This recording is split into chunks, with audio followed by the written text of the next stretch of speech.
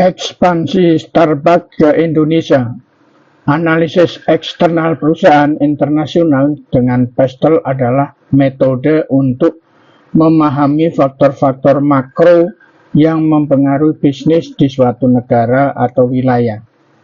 PESTEL adalah singkatan dari 6 faktor utama: politik, ekonomi, sosial, teknologi, environment, dan legal. Pada video ini, perusahaan yang akan kita bahas adalah Starbucks. Pada saat mereka ingin masuk ke Indonesia untuk mengembangkan bisnis kuliner. Starbucks Corporation adalah perusahaan multinasional asal Amerika Serikat yang bergerak di industri kedai kopi. Didirikan pada tahun 1971 di Seattle, Amerika. Starbucks kini menjadi jaringan kedai kopi terbesar di dunia dengan lebih dari 35.000 gerai di lebih dari 80 negara. Starbucks masuk ke Indonesia pada tahun 2002 melalui PT Sari Kopi Indonesia atau franchise dari MAP Group. Saat ini Starbucks memiliki ratusan gerai di berbagai kota besar dengan strategi menyesuaikan menu dengan budaya dan selera lokal. Konsep dan model bisnis. Starbucks dikenal dengan konsep third place, yaitu tempat di luar rumah dan kantor yang nyaman untuk bersantai atau bekerja.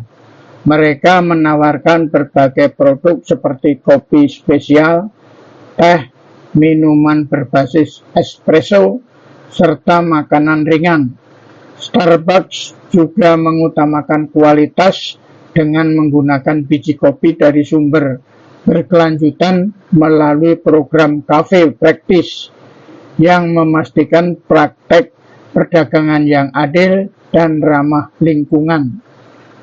Selain itu, Starbucks terus berinovasi dengan layanan digital seperti Starbucks Rewards, sistem pembayaran cashless, serta aplikasi pemesanan online untuk meningkatkan pengalaman pelanggan. Strategi ekspansi dan globalisasi. Starbucks menggunakan berbagai strategi ekspansi, termasuk yang pertama, waralaba dan joint venture, menggandeng mitra lokal untuk memperluas bisnis di berbagai negara. Yang kedua, adaptasi produk lokal, menyesuaikan menu dengan selera masyarakat setempat, seperti es kopi susu di Indonesia atau matcha latte di Jepang. Yang ketiga, inovasi dan digitalisasi, menggunakan teknologi seperti aplikasi seluler, pemesanan drive-thru, dan program loyalitas pelanggan. Keberlanjutan dan tanggung jawab sosial. Starbucks juga berkomitmen terhadap praktek bisnis berkelanjutan dengan mengurangi penggunaan plastik, menyediakan sedotan ramah lingkungan, dan mendukung petani kopi melalui program pendidikan serta pelatihan.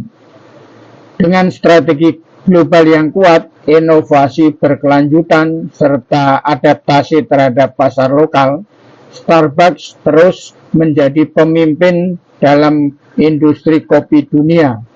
Mereka tidak hanya menjual kopi, tetapi juga menciptakan pengalaman yang membuat pelanggan kembali lagi. Politik. Indonesia memiliki stabilitas politik relatif baik, tetapi ada risiko kebijakan proteksionisme yang dapat membatasi bisnis asing. Pemerintah mendorong investasi asing, tetapi ada regulasi ketat terkait impor bahan baku tertentu.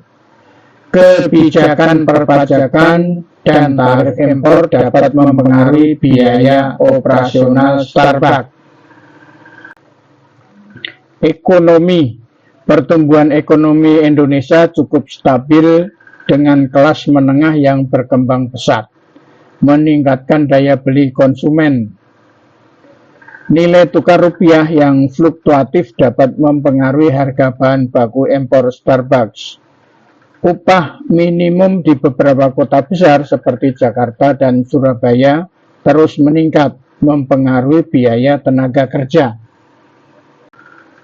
Sosial. Budaya ngopi semakin populer di kalangan anak muda dan profesional, memberikan peluang besar bagi Starbucks.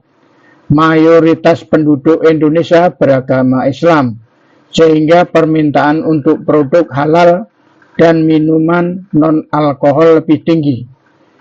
Preferensi konsumen terhadap kopi lokal seperti kopi tubruk dan kopi susu menimbulkan tantangan bagi Starbucks untuk menyesuaikan produknya. Teknologi. Pertumbuhan e-commerce dan aplikasi mobile payment di Indonesia memungkinkan Starbucks mengembangkan layanan digital seperti pemesanan online dan pembayaran melalui aplikasi. Infrastruktur digital semakin berkembang, tetapi masih ada keterbatasan di daerah pedesaan. Kompetitor lokal sudah mulai menggunakan teknologi untuk personalisasi layanan pelanggan, sehingga Starbucks harus berinovasi untuk tetap kompetitif. Environmental. Regulasi lingkungan semakin ketat, mendorong penggunaan bahan ramah lingkungan seperti gelas kertas daur ulang. Kesadaran konsumen terhadap keberlanjutan meningkat, sehingga Starbucks perlu mengadaptasi strategi ramah lingkungan seperti program daur ulang dan penggunaan biji kopi yang bersumber dari petani lokal secara berkelanjutan.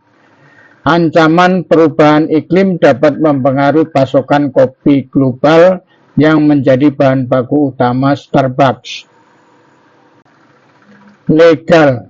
Peraturan perizinan dan standar keamanan pangan di Indonesia harus dipenuhi oleh Starbucks sebelum membuka gerai baru. Hak kekayaan intelektual terhadap merek dan produk Starbucks harus dilindungi agar tidak ditiru oleh pesaing lokal. Peraturan ketenagakerjaan seperti standar upah dan jam kerja harus dipatuhi agar tidak terkena sanksi hukum. Kesimpulan, berdasarkan analisis Pestel, Starbucks memiliki peluang besar di Indonesia karena tren konsumsi kopi yang meningkat dan dukungan terhadap investasi asing.